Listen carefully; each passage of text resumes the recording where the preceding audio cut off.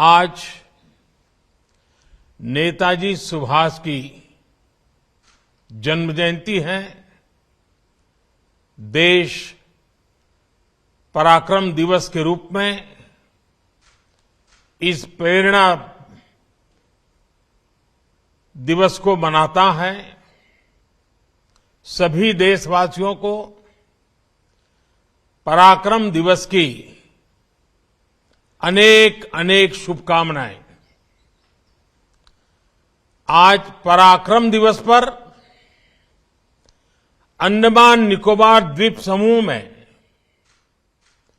नई सुबह की रश्मियां एक नया इतिहास लिख रही है। और जब इतिहास बनता है तो आने वाली सदियां उसका स्मरण भी करती हैं, आकलन भी करती हैं, मूल्यांकन भी करती हैं और अविरत प्रेरणा पाती रहती हैं। आज अंडमान निकोबार के 21 द्वीपों का नामकरण हुआ है। इन 21 द्वीपों को अब परमवीर चक्र विजेताओं के नाम से जाना जाएगा। जिस द्वीप पर नेताजी सुभाष चंद्र बोस रहे थे, वहां उनके जीवन और योगदानों को समर्पित एक प्रेरणा स्थली, एक स्मारक का भी आज शिलान्यास हुआ है। आज के इस दिन को आजादी के अमृत काल के एक महत्वपूर्ण अध्याय के रूप में आने वाली पीढ़ियां याद करेगी। नेताजी का यह स्मारक शहीदों और वीर जवानों के नाम पर यह द्वीप हमारे युवाओं के लिए, आने वाली पीढ़ियों के लिए एक चिरंतर प्रेरणा का स्थल बनेंगे। मैं अंडमान निकोबार द्वीप समूह के लोगों को और सभी देशवासियों को इसके लिए बहुत बहुत बधाई देता हूं। मैं नेताजी सुभाष और परमवीर चक्र विजेता योद्धाओं को श्रद्धापूर्वक नमन करता हूं। भाइयों और बहनों, अंडमान की ये धरती वो भूमि है जिसके आसमान में पहली बार मुक्त तिरंगा फहरा था। इस धरती पर पहली आजाद भारतीय सरकार का गठन हुआ था।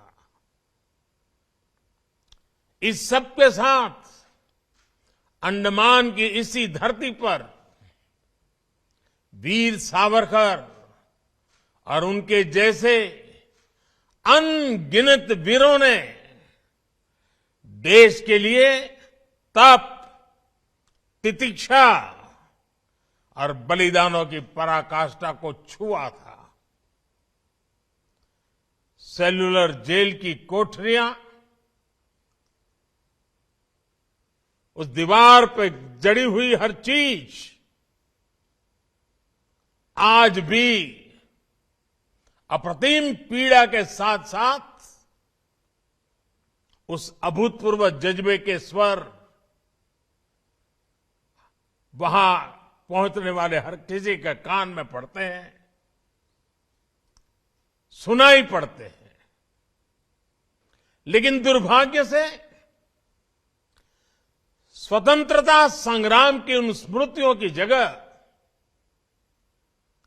अंडमान की पहचान को गुलामी की निशानियों से जोड़कर रखा गया था।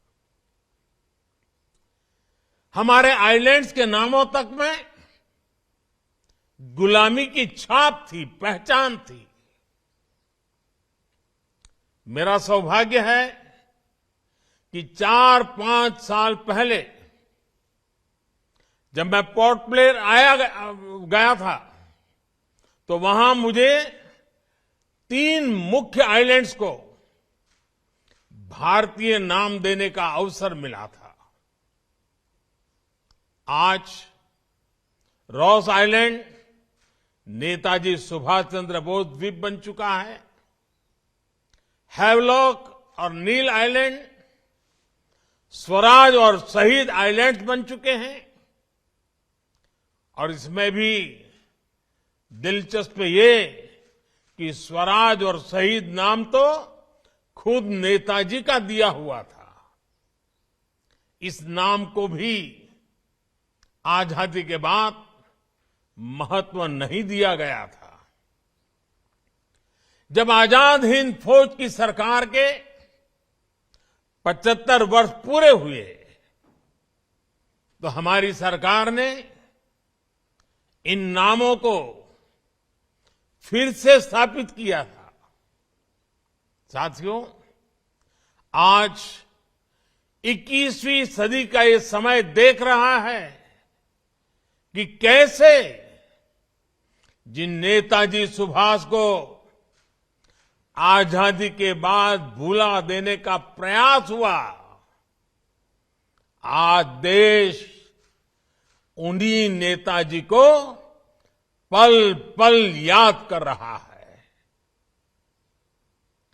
अंडमान में जिस जगह नेताजी ने सबसे पहले तिरंगा फहराया था, वहां आज गगनचुंबी तिरंगा आजाद हिंद फौज के पराक्रम का गुणगान कर रहा है। पूरे देश में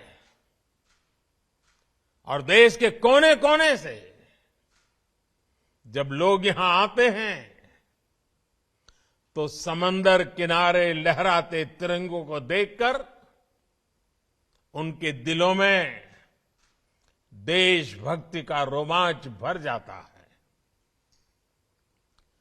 अब अंडमान में उनकी याद में जो म्यूजियम और स्मारक बनने जा रहा है, वो अंडमान की यात्रा को और भी स्मरणीय बनाएगा। 2019 में नेताजी से जुड़े ऐसे ही एक म्यूजियम का लोकार्पण दिल्ली के लाल किले में भी हुआ था। आज लाल किला जाने वाले लोगों के लिए वो म्यूजियम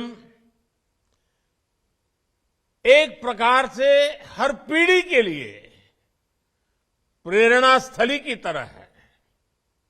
इसी तरह बंगाल में उनकी 125वीं जयंती पर विशेष आयोजन हुए थे। देश ने इस दिन को पूरे धूमधाम से सेलिब्रेट किया था। उनके जन्म दिवस को पराक्रम दिवस के रूप में घोषित किया गया। यानी बंगाल से लेकर दिल्ली और अंडमान तक देश का ऐसा कोई हिस्सा नहीं है जो नेताजी को नमन न कर रहा हो, उनकी विरासत को संजो न रहा हो। साथियों, बीते 8-9 वर्षों में नेताजी सुभाष चंद्र बोस के जुड़े ऐसे कितने ही काम देश में हुए हैं जिन्हें आजादी के तुरंत बाद से हो जाना चाहिए था, लेकिन उस समय नहीं हुआ। देश के एक हिस्से पर आजाद भारत की पहली सरकार 1943 में बनी थी। इस समय को अब देश ज्यादा गौरव के साथ स्वीकार कर रहा है। जब आजाद हिंद सरकार के गठन के 75 वर्ष पूरे हुए, तब लाल किले पर देश ने झंडा फहराकर नेताजी को नमन किया था। दशकों से नेताजी के जीवन से जुड़ी फाइलों को सार्वजनिक करने की मांग हो रही थी। ये काम भी देश ने पूरी श्रद्धा के साथ आगे बढ़ाया। आज हमारी लोकतांत्रिक संस्थाओं के सामने कर्तव्य पथ पर भी नेताजी बोस की भव्य प्रतिमा हमें हमारे कर्तव्यों की याद दिला रही है। मैं समझता हूं ये काम देश हित में बहुत पहले हो जाने चाहिए थे, क्योंकि जिन देशों ने अपने नायक नायिकाओं को समय रहते जनमानस से जोड़ा, साझे और समर्थ आदर्श गढ़े, वो विकास और राष्ट्र निर्माण की दौर में बहुत आगे गए। इसलिए यही काम आजादी के अमृत काल में भारत कर रहा है, जी जान से कर रहा है। साथियों, जिन 21 द्वीपों को आज नया नाम मिला है, उनके इस नामकरण में भी गंभीर संदेश छिपे हैं। ये संदेश है एक भारत श्रेष्ठ भारत की भावना।